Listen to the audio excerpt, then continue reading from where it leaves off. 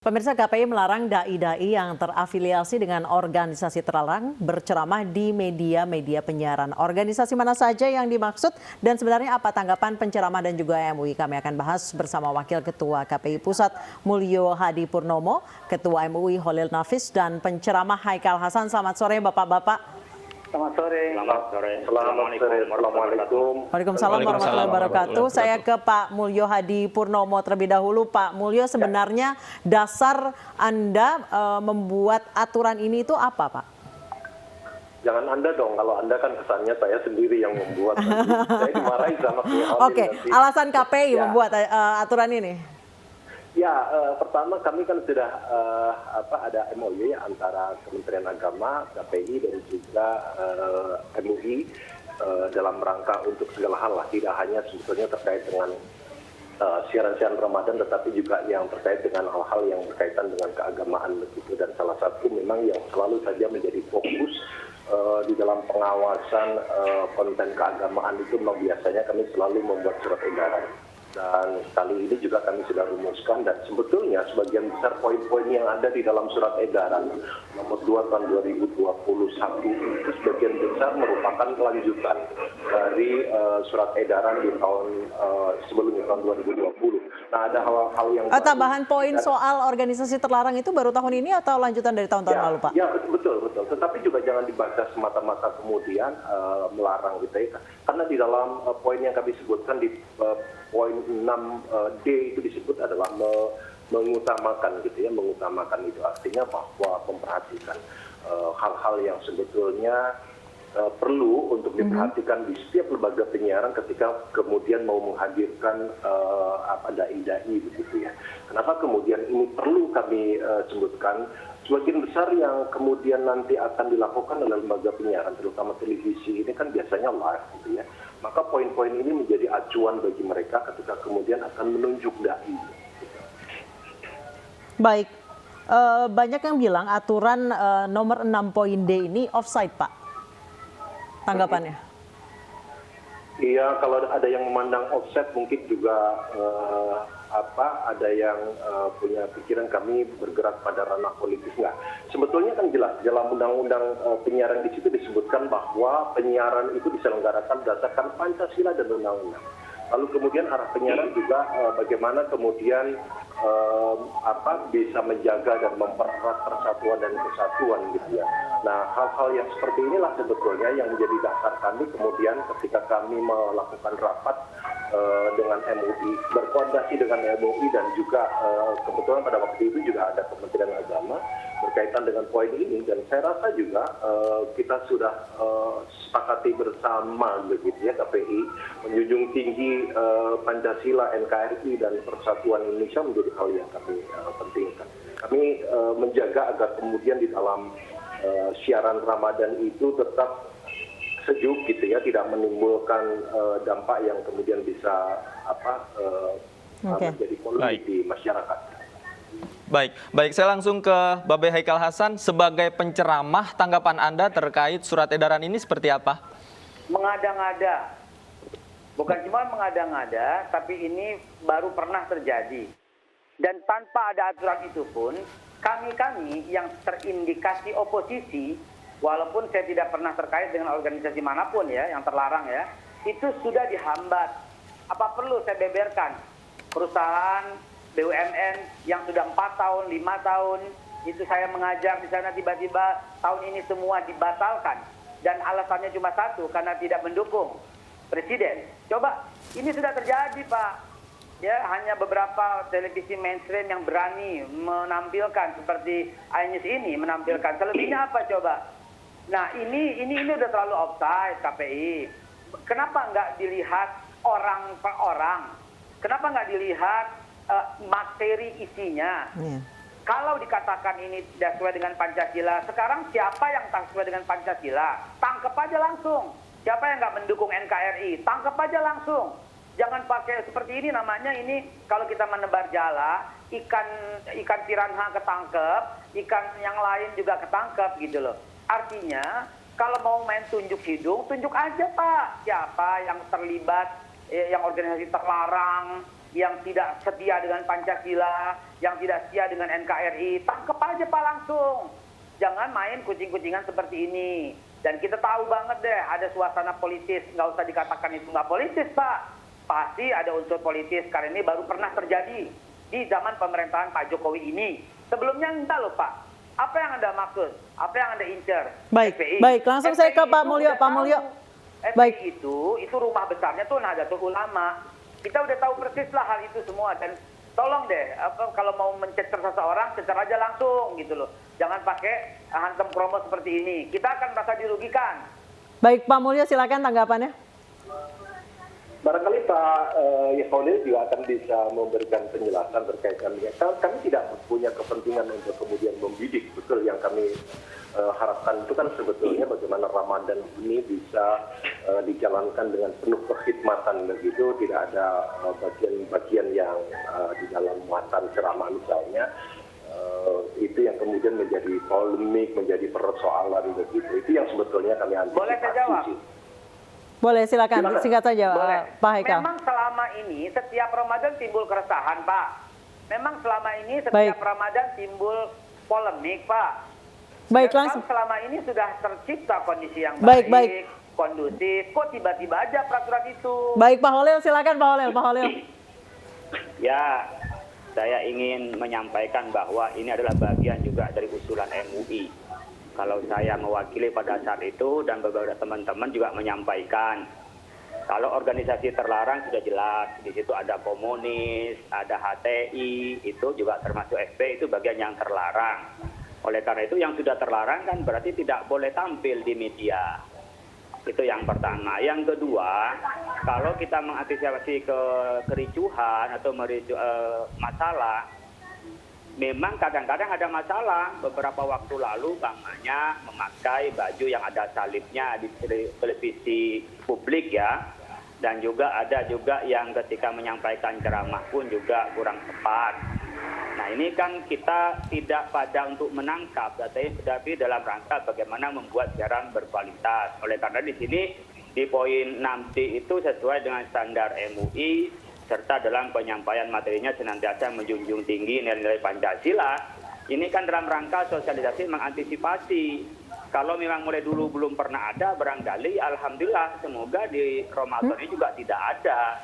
Karena saya pikir mengantisipasi lebih baik daripada kita nanti memberi sanksi. Dan ingin juga lebih berkualitas. Oleh karena itu kalau ini standarnya diberikan kepada MUI sebagai lembaga independen bukan pemerintah, dan termasuk Babe Haikal sudah tersertifikat oleh MUI. Bagi teman-teman yang belum dapat standar sertifikat MUI bisa mengajukan minta rekomendasi, tidak ada masalah. Ya, tapi Ya, tidak ya, boleh ya. memangnya KPI yang memberikan vonis mana yang sesuai dengan Islam, mana yang tidak boleh. Untuk syariah compliant itu harus dikembalikan kepada Majelis Ulama Indonesia.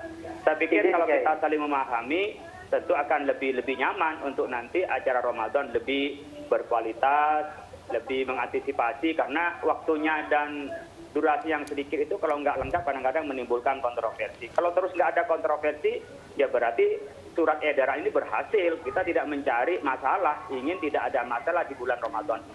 Baik Pak Holil, kemudian apa indikatornya? Apakah hanya terafiliasi pada organisasi terlarang saja? Tadi Pak Haikal juga mengatakan bahwa kenapa tidak dilihat dari isi materi ceramahnya, kemudian yang lainnya. Apakah hanya itu atau ada yang lain, Pak Holil? Kalau isi ceramah itu nanti pas pada saat kita vonis. Ini kan surat edaran sebelum Ramadan. Karena sebelum Ramadan diberitahu. Yang sudah terlarang sudah jelas organisasinya dilarang. Kalau dia mengatasnamakan afiliasi dari organisasi itu tidak boleh ditampilkan oleh lembaga penyiaran.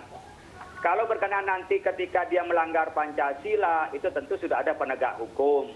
Ketika itu nanti membawa aliran sesat, nanti akan disampaikan kepada MUI. Setelah terjadi, ini kita dalam rangka preventif, bukan mau menghukum orang.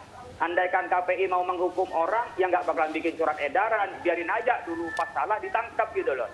Ini untuk mengantisipasi biar Indonesia ini damai, Ramadan khusyuk, seperti itu.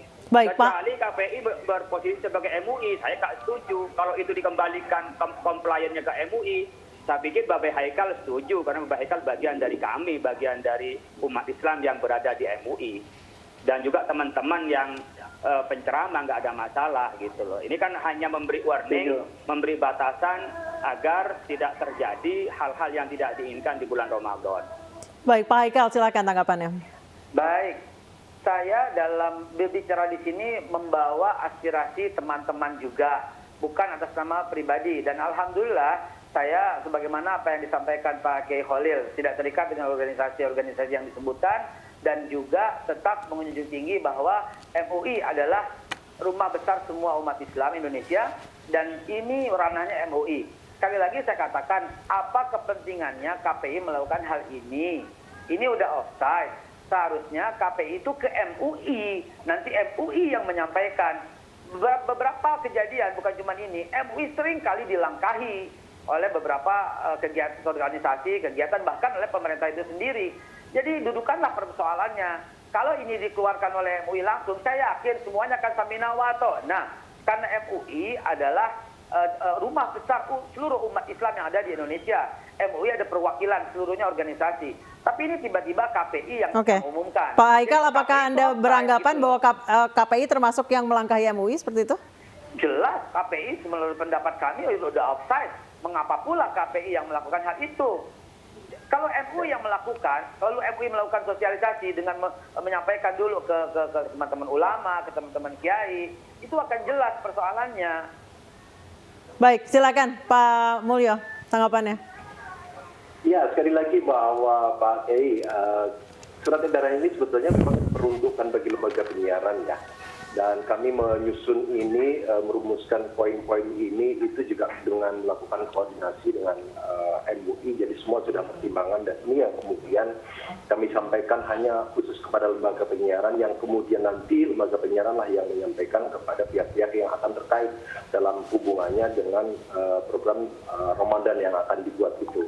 Kemudian juga kenapa ini dibuat lebih awal, kami ini kan seperti apa tadi yang disampaikan oleh ya Khalil, bahwa ini adalah satu bentuk antisipasi agar kemudian di belakang tidak terjadi sesuatu hal berkaitan dengan muatan-muatan, terutama siaran-siaran ceramah Ramadan yang mungkin atau bahkan seringkali itu disampaikan secara live.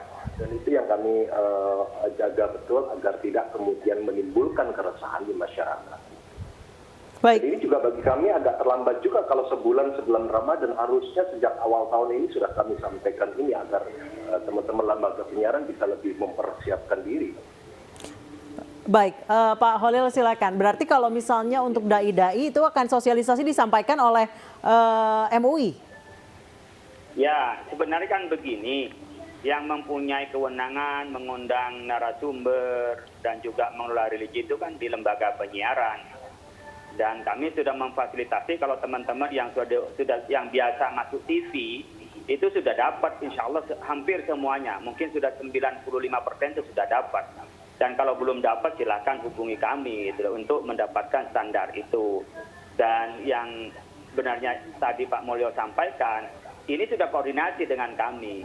Oleh karena itu kami sampaikan dari awal, bahkan dari tahun lalu ketika kami melakukan upgrading, melakukan pertemuan dengan para asatidz, kita sampaikan bahwa dalam ceramah kita di televisi itu khususnya tentu akan memberikan nilai-nilai yang wasatiyah, moderasi itu.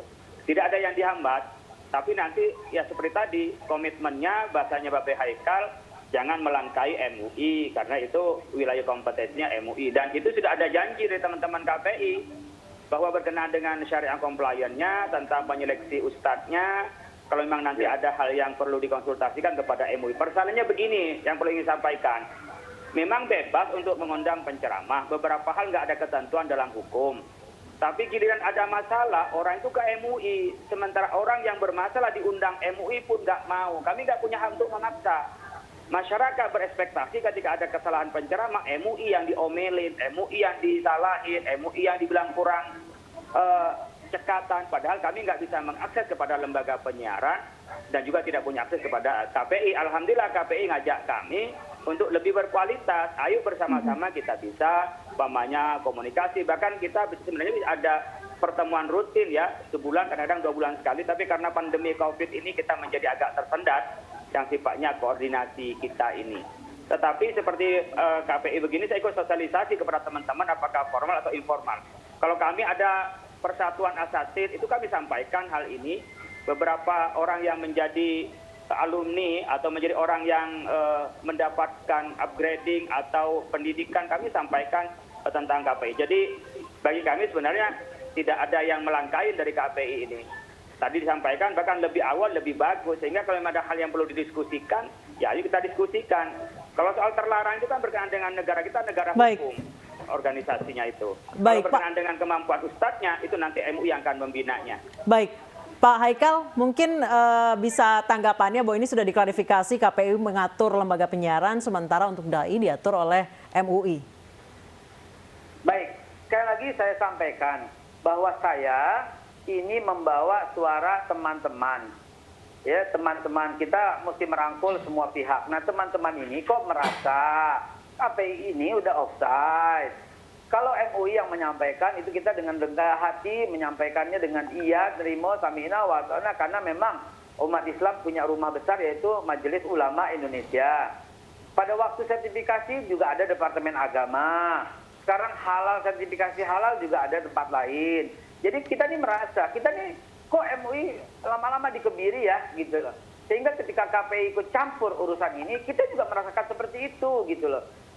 Jadi seperti apa yang tadi Pak Kiai Holil sampaikan di awal, kan perjanjiannya seperti apa gitu. Jadi tetap kalau kita berpendapat ini bukan ranahnya KPI loh urusan seperti ini. Dan ada surat edaran yang meminta, saya belum dapat surat edarannya ya, saya belum dapat. Jadi saya mungkin tidak bisa bicara banyak soal isi atau matan daripada surat edaran itu. Tapi yang jelas KPI ini udah keterlaluan, sudah offside. Ini ranahnya MUI yang menyampaikan. Baik, saya kembali ke Pak Mul. Pak Mul, nanti seperti apa bentuk sanksi yang diberikan dan koordinasi KPI terhadap MUI nanti seperti apa pembagiannya jika ada pelanggaran? Bicara tentang sanksi, tetap kita harus kembali pada pedoman perilaku penyiaran dan standar program siaran. Jadi kemungkinan diantaranya kalau memang bicaranya beberapa hal itu melanggar apa yang tertuang di dalam surat edaran ini sebetulnya juga merupakan penjabaran dari apa yang ada di dalam standar program siaran. Jadi kalaupun kemudian kita mau ke sana, ya tentu saja sanksinya nanti akan mengacu pada standar program siaran. Gitu. Apakah itu bisa teguran tertulis gitu ya, ataukah malah kemudian lebih berat dari itu. Tapi mohon maaf, saya mau sampaikan juga kepada Pak Yai Haikal. Jadi mohon maaf, kami juga di dalam poin 6D di situ kan menyebut bahwa sesuai dengan standar MUI. Jadi sebetulnya rangkaian dari apa yang tersebut di dalam poin 6D ini juga termasuk kami menyebut, bukan kemudian kami mohon maaf, bukan kemudian malah justru mengebiri. Kalau kami malah justru menginginkan ini ada status yang jauh lebih, kami lebih respect karena memang persoalan-persoalan yang berkaitan dengan ini wilayahnya ada pada MUI. Kami sebutkan di dalam poin 6D itu mengikuti sesuai dengan standar MUI. Jadi rangkaian-rangkaian yang ada di dalam poin 6D itu tersebut sesuai dengan standar MUI. Baik, terima kasih Pak Mul. Mudah-mudahan tidak ada yang saling melangkahi ya, sehingga berdampak kepada penceramah seperti Bapak Haikal Hasan. Terima kasih Pak Mul, Pak Holil Nafis, dan Pak Haikal Hasan sudah bergabung bersama kami di iNews Sore.